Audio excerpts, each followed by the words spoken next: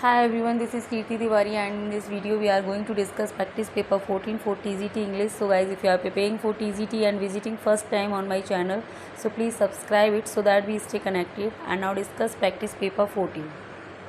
So practice paper 14 का पहला question है आप लोगों से, which of the following is not a part of Wordsworth prelude? इनमें से कौन prelude का पार्ट नहीं है, कौन सा पार्ट नहीं है ये बताना है आपको। ठीक है, तो फर्स्ट है यहाँ पर आंसर है यहाँ पर option introduction, childhood and school time continued, residence at Cambridge, winter vacation. तो विंटर वैकेशन इसका पार्ट नहीं है क्योंकि जो उनकी 4th बुक है उसमें उन्होंने विंटर वैकेशन के बारे में नहीं बताया, समर वैकेशन के बारे में लिखा है। ठीक है, so answer is D. Next है question number 2, the ode on intimations of immortality was completed in 1804 and published in. ठीक है, इनकी पोइम इंटीमेशंस ऑफ इमॉर्टेलिटी 1804 में कंप्लीट हो गई थी, बट पब्लिश कब हुई थी ये बताना है आपको।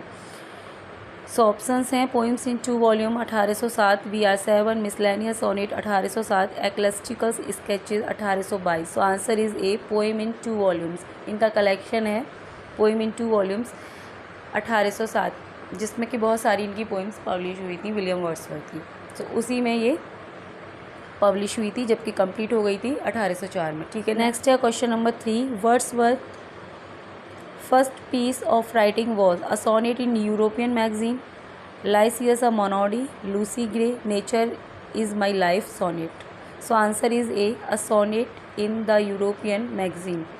ठीक है, इनका जो फर्स्ट इनकी जो कैरियर की इन्होंने अपनी शुरुआत की थी वो एक सोनेट के साथ की थी जो कि पब्लिश हुई थी इन द यूरोपियन मैगजीन में 1787 में। ठीक है, नेक्स्ट है question number 4, in which year Wordsworth with Dorothy move to Rydal Mount Ambleside where he spend the rest almost 50 years of his life. यानी कौन से ईयर में ये अपनी सिस्टर डॉरोथी के साथ रिडल माउंट चले गए थे जहाँ पर उन्होंने बाकी का अपना जीवन स्पेंड किया, वहीं पर किस ईयर में गए थे बताना है आपको। 1810, 1811, 1813 या फिर 1800, अच्छा दोनों में 1813 है। So answer is D, 1813।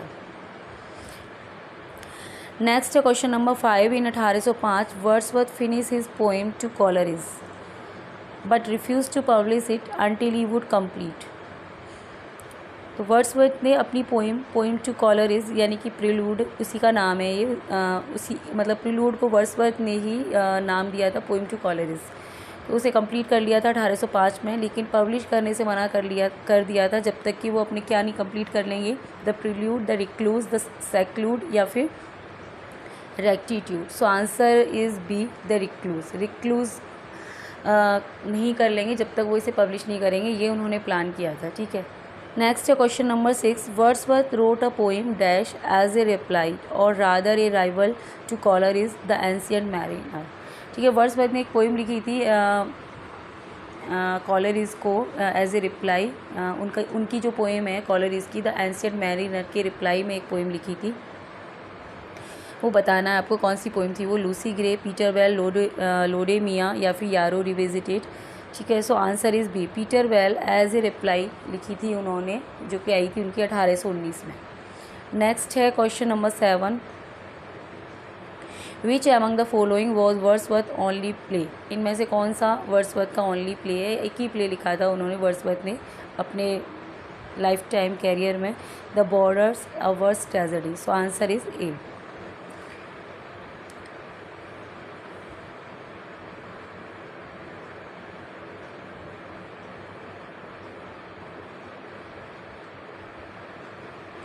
Next है question number 8, which of the following is not composed by Wordsworth. इनमें से कौन सी कविता वर्ड्सवर्थ के द्वारा कंपोज नहीं की गई है। Ode composed on May morning, eternal ode, और टू लाइक ऑरस मे 1817 और to duty. So answer is B, eternal ode is not compose by Wordsworth. So B आपका आंसर। नेक्स्ट है question number 9, who spoke in honour of Wordsworth. Wordsworth के सम्मान में कहा है, the best poet of the age, best poet of the age, I feel myself a little man by his side। Robert Southey, S T. Coleridge, R.L. Stevenson, Matthew Arnold. किसने कहा है ये Wordsworth के लिए। So answer is B, S T. Coleridge ने कहा है the best poet of the age, I feel myself a little man by his side. Next question number 10, who Marmaduke is the leader of the band called borderers that act as a sort of arbitrary law keeping force in the play the borderers. So Marmaduke is the leader of band called Borders that act as a sort of arbitrary law-keeping force in the play The Borders. So answer is A, Marmaduke. Next question number 11, a character which remains almost unchanged throughout the story is called, यानी story के अंदर एक character जो almost मतलब unchange रहता है पूरी story के दौरान, उसे क्या बोलते हैं? राउंड करेक्टर, ड्रामेटिक करेक्टर, कैरिकेटर या फिर flat character. So answer is D, flat character, यानी जिसके करेक्टर में मतलब कोई चेंज नहीं आता, एक जैसा रहता है वो स्टार्टिंग से लेके लास्ट तक, फ्लैट करेक्टर। नेक्स्ट है question number 12, what is closet drama? Closet drama क्या है?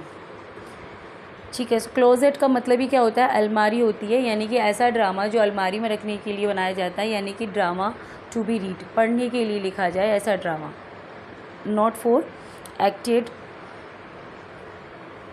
So answer is B.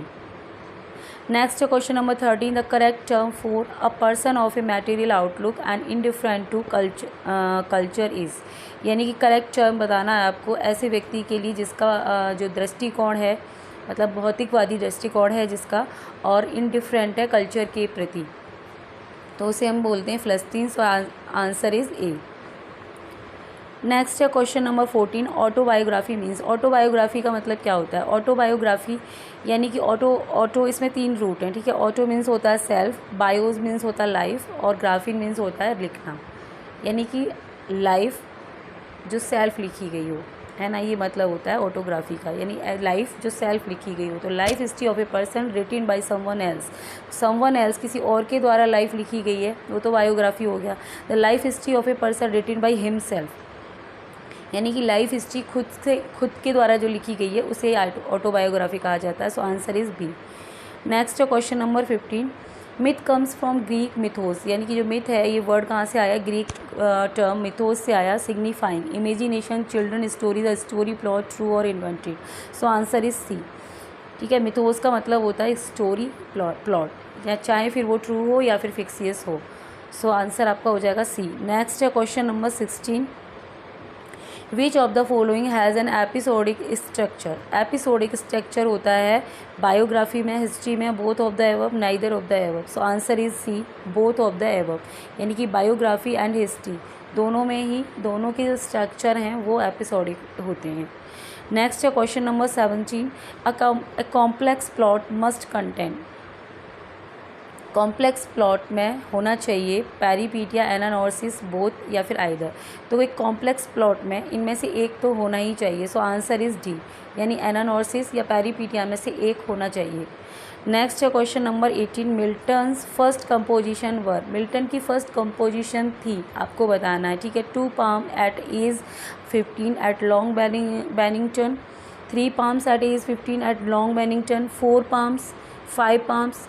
So answer is A, 2 पाम at age 15 at Long Bennington. So answer आपका ए वाला हो जाएगा। नेक्स्ट है question number 19, choose the correct figure of speech in the following sentence. इस sentence में आपको correct figure of speech find out करना है। The camel is the ship of the desert. जो कैमल है वो रेगिस्तान का जहाज होता है, ठीक है। Metaphor, simile, hyperbole, none of these. So answer is A, metaphor है हो जाएगा इसमें, है ना। कैमल है वो रेगिस्तान का क्या है? जहाज़ है। नेक्स्ट है question number 20, choose the correct figure of speech in the following sentence. यहाँ भी आपको फिगर ऑफ स्पीच बताना है। तो quality of mercy is not strained, it drop as the gentle rain from heaven, ठीक है। सो यहाँ पर भी आपको फिगर ऑफ स्पीच, तो एज है यहाँ पर सिमली हो जाएगा फिगर ऑफ स्पीच। नेक्स्ट है, ठीक है, answer is D, simile. Next है question number 21, choose the correct figure of speech in the following line. यहाँ भी फिगर ऑफ स्पीच बताना, ठीक है। Like a patient etherised upon a table, like a patient. तो जो सिमली है वो लाइक से स्टार्ट होती है, लाइक है सो, इन वर्ड से सिमली स्टार्ट होती है। सो आंसर आपका हो जाएगा सी, सिमली। नेक्स्ट है question number 22, the figure of speech. यहाँ भी आपको फिगर ऑफ स्पीच बताना है। He is too fond of red tape. So options हैं simile, metonymy, oxymoron, personification. So answer is B, metonymy. Next है question number 23. The figure of speech in pluck from the memory a rooted sorrow is. यहाँ भी आपको बताना है figure of speech, simile, metaphor, personification, hyperbole. So answer is C, personification. ठीक है. Next है question number 24. In 1649, John Milton published a work to defend the right of pupil to execute a guilty sovereign Charles I. The work was. ठीक है. तो ये work बताना है आपको कौन सा था जो मिल्टन ने 1649 में पब्लिश कराया था, जिसमें उन्होंने जो एग्जीक्यूशन हुआ था चार्ल्स फर्स्ट का उसको सही मतलब ठहराया था उस वर्क में. The divine right of the kings, the right of masses and commons, the tenure of king and magistrate, the need to abolish divine right. So answer is C, the tenure of kings and magistrate में उन्होंने Charles first की जो death हुई थी उसको सही बताया था. ठीक है, तो सी हो जाएगा आंसर. नेक्स्ट है question number 25. Which play of Shakespeare depict Prince Hamlet and his revenge against his uncle Claudius. ये कौन सा प्ले है शेक्सपियर का जिसमें प्रिंस हैमलेट को दिखाया है और उसको रिवेंज के बारे में जो कि उसके एक अंकल क्लॉडियस के अगेंस्ट है. Who has murder Hamlet father, जिन्होंने उनके फादर मतलब हैमलेट के फादर का मर्डर किया था in order to seize his throne. ठीक है, उनका मुकुट लेने के लिए, हथियाने के लिए. एंड मैरी हैमलेट्स मदर, और मदर से शादी कर ली, हैमलेट की मदर से. कौन सा प्ले है विलियम शेक्सपियर का? सो आंसर है डी, हैमलेट. हैमलेट के बारे में बात हो रही है. ठीक है, ये उनका मोस्ट पावरफुल प्ले है. लाइफ टाइम उनके कैरियर का सबसे पावरफुल प्ले रहा है हैमलेट, जिस पे वर्ल्ड की सबसे ज़्यादा मूवी बनी है और सबसे ज़्यादा कमेंट किए गए हैं इसी पे. मतलब सबसे इम्पॉर्टेंट वर्क है ये विलियम शेक्सपियर का. नेक्स्ट है question number 26. Shakespeare's play Hamlet is set in. इस प्ले की सेटिंग कहाँ रखी गई है? हैमलेट का जो प्ले है शेक्सपियर का जो प्ले है हैमलेट, इसकी सेटिंग है कहाँ है? सो डेनमार्क में इसकी सेटिंग है ना, Hamlet prince of Denmark. So answer is A. Next है question number 27. Which play of Shakespeare has been described as the world most filmed story after Cinderella. ठीक है, शेक्सपियर का ऐसा कौन सा प्ले है जिस पे वर्ल्ड की सबसे ज़्यादा मूवीज बनी है सिंड्रेला के बाद? तो ये हैमलेट है. ठीक है, हैमलेट पे सबसे ज़्यादा मूवी बनी है. So answer is G. Next है question number 28. Which of the following work as a source to Shakespeare's Hamlet. इनमें से कौन सी वर्क हैं जो विलियम शेक्सपियर के हैमलेट की सोर्स रहे हैं? ठीक है, the legend of Amleth, the legend of Amleth, Saxo Grammaticus, Gesta Danorum, Ur Hamlet, all the above. So answer is G, all the above. ये सभी की सभी क्या हैं? हैमलेट की सोर्स हैं. Saxo Grammaticus, Ur Hamlet, the legend of Amleth. ठीक है, सो आंसर आपका डी हो जाएगा. नेक्स्ट है question number 29. Which of the following actor played the title role in the first performances of many of Shakespeare's play including Hamlet, Othello, Richard III and King Lear? ठीक है, कौन सा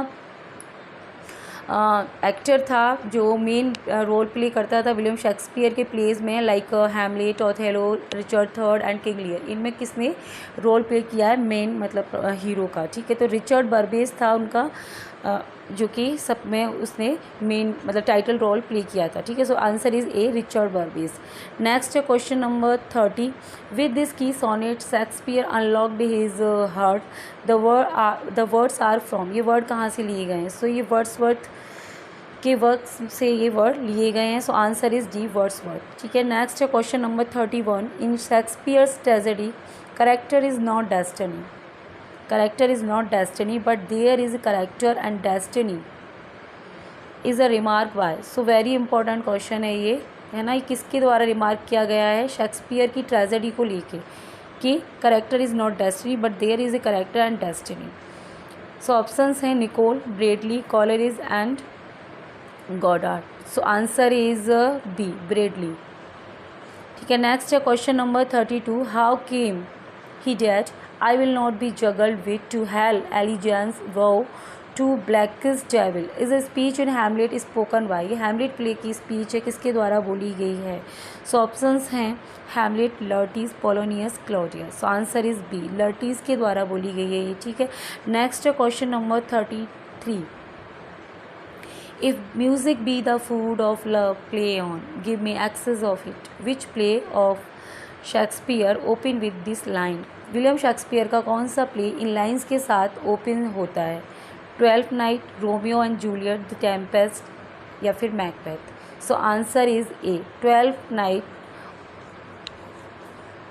और William Shakespeare opens with this lines, ठीक है। Next है question number 34, the following speech is by. ये जो स्पीच है किसके द्वारा बोली गई है? The time is out of joint, O cursed spite that ever I was वॉन्ट टू सेट इट राइट। ये लाइन्स हैं, ये बहुत फेमस सॉलीले की है, विच इज़ सेड बाय, ये हैमलेट के द्वारा बोली गई है, ठीक है। मोस्ट इम्पोर्टेंट है क्वेश्चन है। नेक्स्ट है question number 35, the lunatic, the lover and the poet are of imagination all compact, these words of Shakespeare are taken from। Shakespeare के किस प्ले से ये लाइन्स ली गई हैं बतानी है आपको, ठीक है।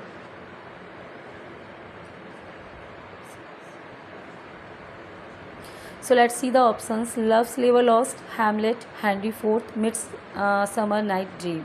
So answer is D, Midsummer Night Dream से ये लाइन ली गई हैं जो कि थीसियस के द्वारा बोली गई है, ठीक है। नेक्स्ट है question number 36, about Tottel's Miscellany, a character in Shakespeare play says I had rather than 40 shillings I had my book of songs and sonnet here. Who is the speaker and in which play? कौन speaker है इन lines का और कौन से play में बताना है आपको, ठीक है। Slender in Merry Wife of Windsor, Caliban in the Tempest, Rosalind in As You Like It, Don Pedro in Much Ado About Nothing। So answer is A, Slender ने बोली है line in the Merry Wives of Windsor, ठीक है। सो ए आपका सही हो जाएगा। Next है question number 37, Hamlet dilemma in act 3 scene 1, to be or not to be, that is the question. Means इसका क्या मतलब है बताना है आपको। हैमलेट का dilemma, to kill Claudius or not to kill him, to kill Gertrude or not to kill him, to marry Ophelia or not to marry her, to live or to die। So answer is D, to live or to die is the dilemma of Hamlet। Next question number 38, Venus and Adonis by Shakespeare is written in 6 line stanza but Rape of Lucrece is composed in, ठीक है। Venus and Adonis William Shakespeare की 6 line stanza में है, जबकि Rape of Lucrece कितनी line में लिखी गई है? 5 line stanza, 6 line stanza, 7 line stanza, 8 line stanza. So answer is C, 7 line stanza में ये लिखी गई है रेप ऑफ लुक्रीस, जिसे हम रॉयल राइम के नाम से भी जानते हैं, ठीक है। नेक्स्ट है question number 39, Shakespeare dedicated his poem Venus and Adonis and the Rape of Lucrece along with his 126 sonnet to. किसको डेडिकेट किए उन्होंने अपनी poem Venus Adonis and the Rape of Lucrece के साथ 126 सोनेट अपनी डेडिकेट की हैं अर्ल ऑफ साउथहैम्पटन को। So answer is C, Earl of Southampton. Next है question number 40, which time Wordsworth refers to in these lines from Prelude. Prelude में इन lines में वर्ड्सवर्थ किस टाइम को रेफर कर रहे हैं? Europe at that time was thrilled of with joy, France standing on the top of golden hours and human nature seeming born again. ये जो लाइन्स हैं इसमें किस टाइम पीरियड को रेफ़र किया गया है विलियम वर्ड्सवर्थ के द्वारा? So the period of French revolution, French revolution का टाइम पीरियड है उसे रेफ़र किया गया है, और ये प्रीलूड की 6 स्टेंजा सी लाइन्स ली गई हैं, ठीक है। नेक्स्ट है question number 41, which poem these lines have been taken from. किस पोएम से ये लाइन्स ली गई हैं? They flash upon that inward eye which is the bliss of solitude. ये लाइन्स ली गई हैं डैफोडिल से। So answer is A. Next है question number 42, which poem these lines from a part of. ये जो लाइन्स हैं ये किस पोएम का पार्ट है? Nature never did betray the heart that loved her, कि नेचर उस हृदय को कभी धोखा नहीं देती जो हृदय उसे प्यार करता है। सो ये मोस्ट फेमस पोएम है विलियम वर्ड्सवर्थ की, चिंटन एबी से ये लाइन्स ली गई हैं। So answer is A, Tintern Abbey. Next है question number 43, the following lines are taken from. ये जो लाइन्स हैं ये कहाँ से ली गई हैं? विलियम वर्ड्सवर्थ की कौन सी कविता से ये लाइन्स ली गई हैं आपको बताना है। To B the meanest flower that blows can give thoughts that do often lie too deep for tears. So options हैं यहाँ पर immortality ode, Tintern Abbey, Michael, scorn not the sonnet. So answer is A, immortality ode से ये lines ली गई हैं William Wordsworth की। Next है question number 44, who wrote the following lines. अब आपको बताना है कि लाइन्स लिखी किसके द्वारा गई हैं, ठीक है। वहाँ पूछा था कहाँ से ली गई हैं, यहाँ पूछ रहे हैं किसने लिखी हैं। सेम लाइन्स हैं, to B the meanest flower that blows can give, thought that do often lie too deep for tears. तो ये लाइन्स लिखी गई हैं विलियम वर्ड्सवर्थ के द्वारा, जो कि ऑप्शंस में ही नहीं है। John Keats, Alfred Tennyson, P B. Shelley, none of the above. तो हमारा आंसर क्या हो जाएगा, D, none of the above. Next है question number 45, in which poem Milton has given his views on poetry. Milton ने कौन सी अपनी कविता में पोइट्री के ऊपर व्यूज़ दिए। Lycidas, Paradise Lost, Paradise Regained, Samson Agonistes. Answer is A, Lycidas. Lycidas उनकी poem है जिस पर उन्होंने दिए हैं अपने व्यूज़। एंड नेक्स्ट है question number 46, which bird sings in L'Allegro. L'Allegro में एक चिड़िया गाती है, ठीक है। तो कौन सी चिड़िया गाती है बताना है आपको, स्काई लार्क, लार्क, लेनट या फिर nightingale. So answer is B, lark sing in L'Allegro. Next है question number 47, in which year Milton republished his Elegy Lycidas and added a brief prose preface to the elegy. In this monody, the author bewails a learned friend unfortunately drawn in his passage from.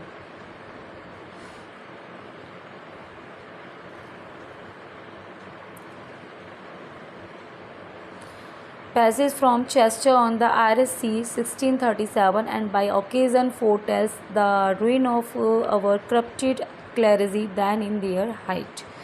तो कौन सी elegy है उनकी, ये उनकी elegy है Lycidas, जिसमें उन्होंने preface add किया था।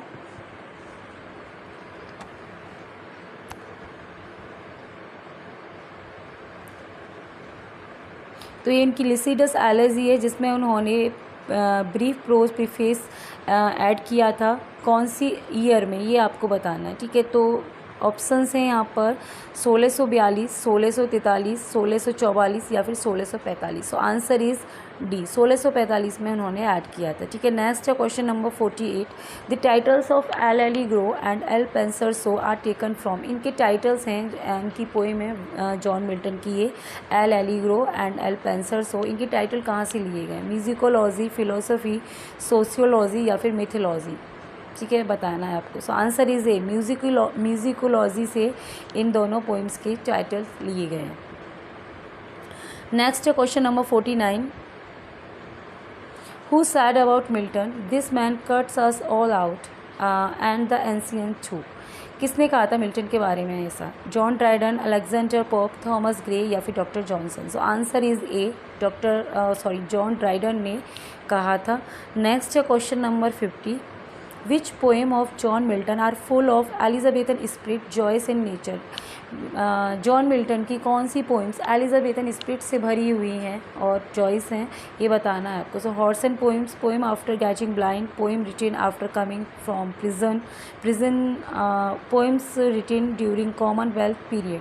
सो answer is a, horse and poems उनकी एलिजाबेथन स्पिरिट से भरी हुई है। इनकी इनिशियल पोइम्स हैं, जब वो हॉर्सन में रहते थे तब उन्होंने ये लिखी थी। नेक्स्ट है question number 51, which one of these described Milton's Paradise Lost as the dream of a Puritan fallen asleep over his Bible. ठीक है, इनमें से किसने मिल्टन का पैराडाइज लॉस्ट को a dream of a Puritan fallen asleep over his Bible describe किया है। So option है यहाँ पर Lamartine, J C Ransom, Northrop, Frye, Jacques Derrida. So answer is A, Lamartine ने डेस्क्राइब किया है इनके पैराडाइज लॉस्ट को as a dream of a Puritan fallen asleep over his Bible. Next है question number 52, Areopagitica is all about. Areopagitica किसके बारे में, freedom of press, freedom of man, freedom of women, freedom of religion. So everybody knows Areopagitica is about freedom of press. So answer is A. Next है question number 53, at what age Milton wrote his ode on the morning of Christ nativity.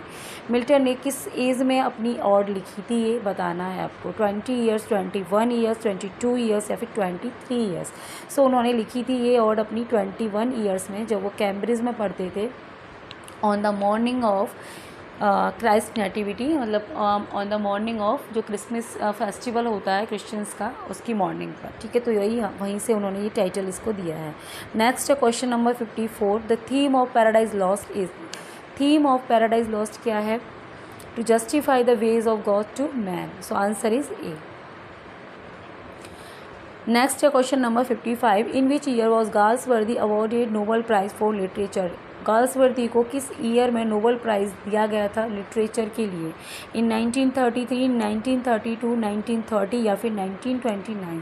So answer is B, 1932। Most important question है जो कि हर बार exam में ही पूछा जाता है कि Galsworthy को नोबेल प्राइज़ कब मिला था, ठीक है।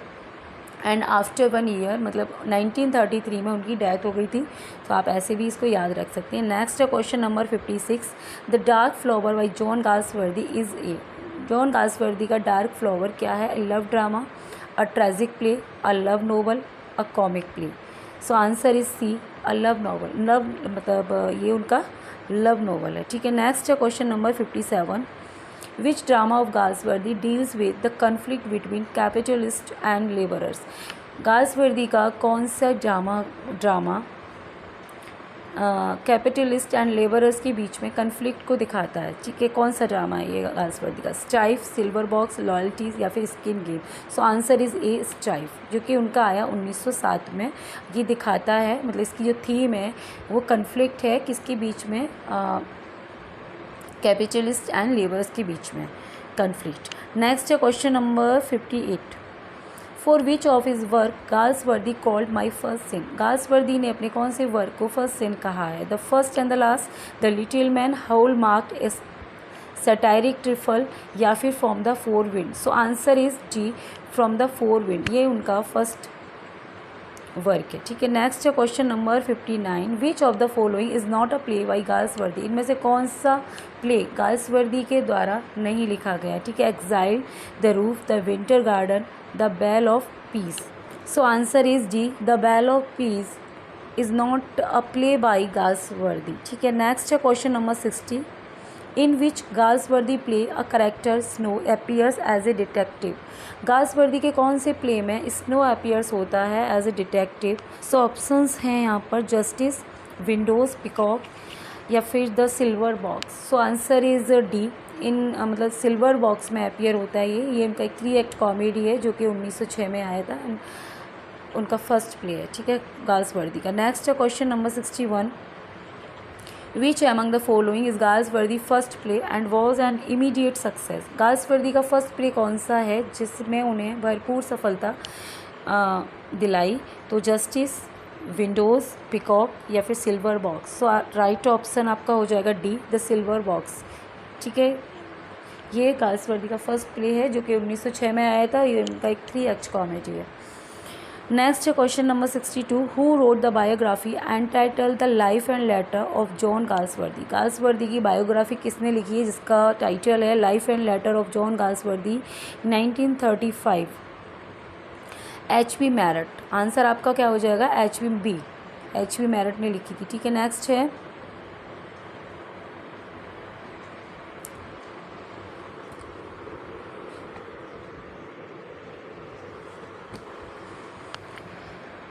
Next question number 63, who wrote the popular biography entitled John Galsworthy a survey 1929? Galsworthy की बायोग्राफी किसके द्वारा लिखी गई है? Galsworthy a survey 1929, H.G. Wells, H.P. Marrot, Jude Lee Walker या Leon Schalit? So answer is D, Leon Schalit के द्वारा लिखी गई है गाल्सवर्दी की biography. Next question number 64, Robert Cokeson in Justice is dash old wearing glasses with a बेल्ड head and an honest face? Robert Cokeson के appearance को बताना है आपको, जो कि हमें कहाँ जस्टिस में दिखता है। तो वो क्या पहनता है? एक ओल्ड मतलब ग्लासेस पहनता है, बेल्ड हेड है उसका, बेल्ड हेड यानी कि नो हेयर, एंड उसका फेस कैसा है? ऑनेस्ट। तो कितना बड़ा है वो? 60 ईयर्स ओल्ड है, 50 ईयर्स है, 55 है या फिर 70 ईयर्स है, ठीक है। So answer is A, 60 years old है वो, कौन? Cokeson. Next question number 65, at what time of night Ruth and Falder plan to meet at the booking office? Booking office में वो कितने बजे मिलने का प्लान करते हैं, रुथ एंड फोल्डर। ठीक है, जस्टिस प्ले है गर्ल्स वर्दी का इसमें। तो टाइम है 11:45 सो आंसर आपका हो जाएगा बी। नेक्स्ट है question number 66, the punishment announce by the jury for Falder is. Falder के लिए क्या पनिशमेंट अनाउंस किया जाता है। So let's see the options. A penal servitude for 3 years including solitary confinement, penal servitude 4 years including solitary confinement, penal servitude for 5 years including solitary confinement, या फिर none of these. So none of these हो नहीं सकता क्योंकि हमारा answer हमें मिल गया है panel servitude for 3 years including solitary confinement.